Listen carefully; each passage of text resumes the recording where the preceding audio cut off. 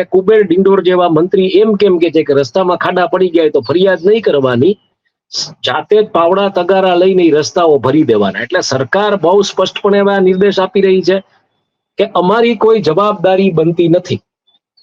તમે અમને ચૂંટી કાઢ્યા, અમે અહીંયા રાજ કરવા છીએ, તમારી માથે હુકમ કરવા છીએ, અને અમે તમને ટૂંકમાં અમે તમારા પ્રજાના નોકર નથી, પણ અમે પ્રજાના રાજા છીએ, અને અમારી સામે કોઈ જાતની ફરિયાદ તમારે લઈને આવવાનું નહીં. શું આ વ્યવસ્થા તરફ આપણે જઈ રહ્યા છીએ? પ્રશ્ન પહેલો એ થવો. મુખ્યમંત્રી ક્યાંય જાય ને રસ્તાઓ બની જાય તો આઈ થિંક એક ચોક્કસ આદેશો ક્યાંકથી આવતા હશે ને.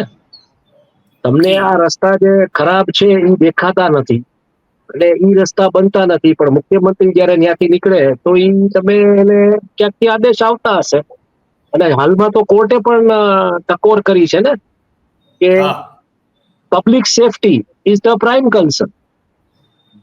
રસ્તાઓ ખરાબ હોવાને કારણે જે મૃત્યુ થયા છે એ public safety point of view થી કોર્ટે એને કીધું છે.